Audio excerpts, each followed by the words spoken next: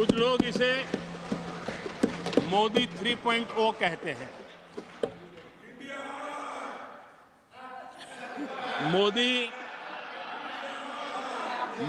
3.0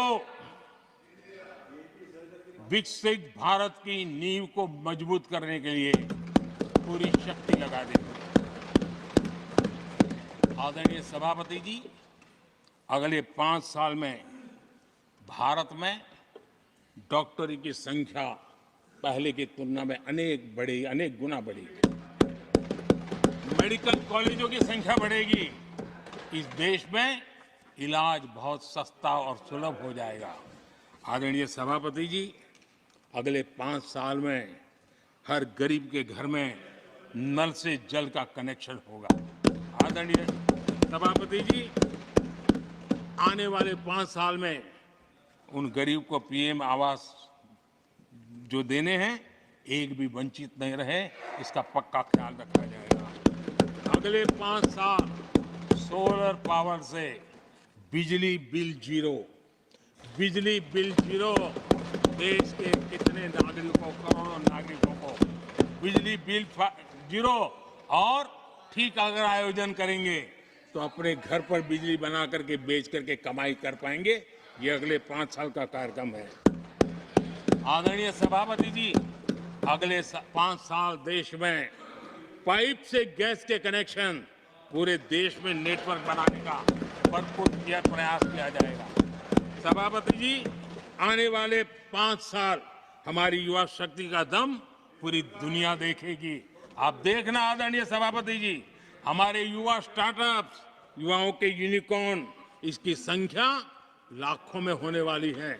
और इतना ही नहीं, टियर 2, टियर 3 सिटी नए स्टार्टअप से उसकी एक नई पहचान के साथ उभरने वाला है। ये मैं 5 साल का चित्र मेरे सामने देख रहा हूं। आदरणीय सभापति जी, रिसर्च फंडिंग, उसकी वृद्धि का प्रभाव आप देखना। पिछले 7 दशक में जितने पेटेंट नहीं हुए हैं, उतने रिकॉर्ड पेटेंट फाइल होने का दिन आने वाले 5 साल में मैं देख रहा हूं।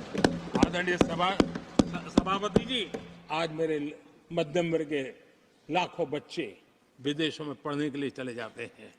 मैं वो स्थिति लाना चाहता हूं कि मेरे बच्चों के लाखों रुपए बच जाएं, मेरे देश के मध्यम वर्ग के सपने पूरे हो, बेस्ट यूनिवर्सिटी मेरे देश में हो, उच्चतम शिक्षा उनको मेरे देश में मिले और मेरे बच्चों का, उनके परिवार का पैसा बचे। इसलिए मैं कह रहा। आदरणीय सभापति जी, आने वाले 5 साल आप देख रहा, कोई भी इंटरनेशनल खेल की कंपटीशन ऐसी नहीं होगी जिसमें भारत का झंडे हर जगह बनना था। मैं देखने वाला हूं 5 साल खेल जगत के अंदर दुनिया में भारत के युवा की शक्ति की पहचान देना है। आदरणीय सभापति जी, आने वाले 5 साल में भारत का पब्लिक ट्रांसपोर्ट पूरी तरह ट्रांसफॉर्म होने वाला है।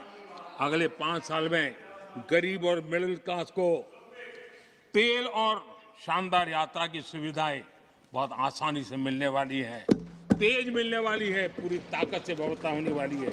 अगले 5 साल में देश बुलेट ट्रेन भी देखेगा और देश वंदे भारत ट्रेन का विस्तार भी देखेगा। आदरणीय सभापति जी, अगले 5 साल में आत्मनिर्भर भारत का अभियान नई ऊंचाई पर होगा। देश हर क्षेत्र में आत्मनिर्भर होता नजर आएगा। आदरणीय सभापति जी, आने वाले 5 साल में मेड इन इंडिया सेमीकंडक्टर दुनिया में हमारी गूंज होगी। इलेक्ट्रॉनिक हर गुड्स में वो चीप होगी जिसमें किसी न किसी भारतीय का पसीना होगा।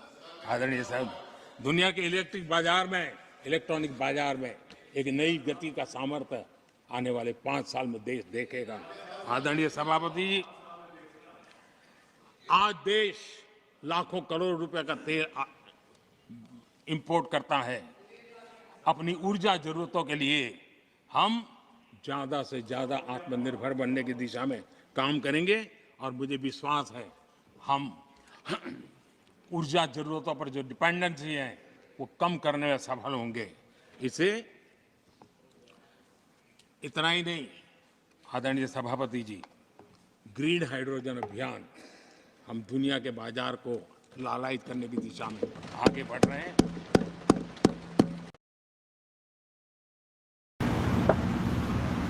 कितना हुआ भैया? 12 रुपये। भैया 20 का खुला हो गया क्या? बिल्कुल होगा भैया।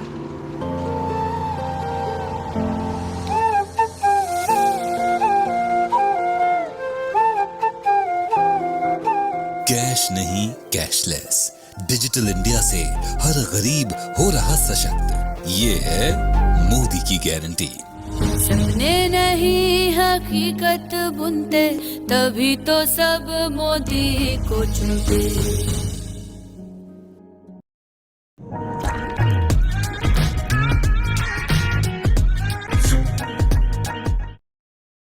हमारा ग्रीन हाइड्रोजन ऊर्जा जरूरतों को पूरा करने का सामर्थ्य रहेगा। इथेनॉल की दुनिया में हम तेजी से आगे बढ़ रहे हैं। हम 20% का लक्ष्य प्राप्त करके हमारे लोगों को ट्रांसपोर्टेशन में सस्ता मिले, इसकी व्यवस्था होगी।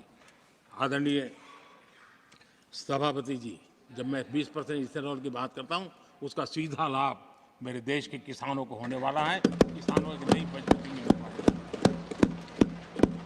देश के हजारों करोड़ रुपए आज खाद्य देते हैं। हम कृषि प्रधान देश तो कहते हैं, लेकिन आज भी हजारों करोड़ रुपयों का खाने का तेल हमें बाहर से लाना पड़ रहा है। हमारे देश के किसानों पर मुझे भरोसा है और मुझे पक्का भी जो नीतियों को लेकर के हम चलते हैं, एडिबल ऑयल में मेरा देश बहुत एक आत्मनिर्भर 5 साल में हो जाएगा और जो पैसा बचेगा मेरे देश के किसान की जेब में जाएगा, जो आज विदेश के बाजार में जाता है। आदरणीय सभापति जी, केमिकल की खेती के कारण हमारी धरती माँ को बहुत नुकसान हो रहा है। आने वाले 5 साल में नेचुरल फार्मिंग की तरफ देश के किसानों को ले जाने में हम सफलतापूर्वक आगे बढ़ेंगे। एक नया जागृति का काम होगा, हमारी धरती माँ की भी सुरक्षा होगी। आदरणीय सभापति जी, नेचुरल फार्मिंग बढ़ने से दुनिया के बाजार में भी हमारे उत्पादों की ताकत बढ़ने वाली है। आदरणीय सभापति जी, यूएन के माध्यम से मैंने मिलेट का अभियान चलाया।